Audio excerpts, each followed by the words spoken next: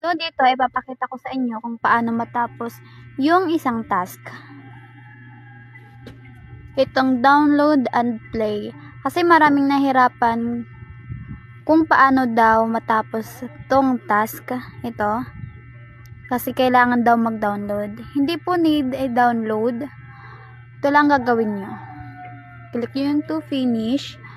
Download now. Kunyari, i-download nyo siya. So, antayin nyo mapunta kayo sa Play Store. Pagkatapos, pag mapunta na kayo sa Play Store, back nyo ulit.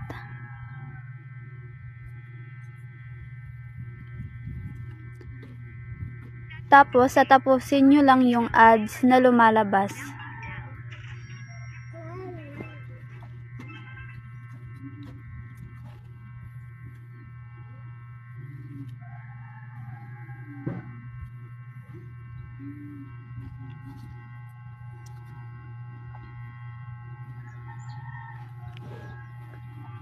Pagkatapos nun, magbibilang sila ng 4 minutes. Pag natapos yung 4 minutes, may matatanggap na kayo na receive. Ganun lang din gawin nyo araw-araw, kasi araw-araw naman may task.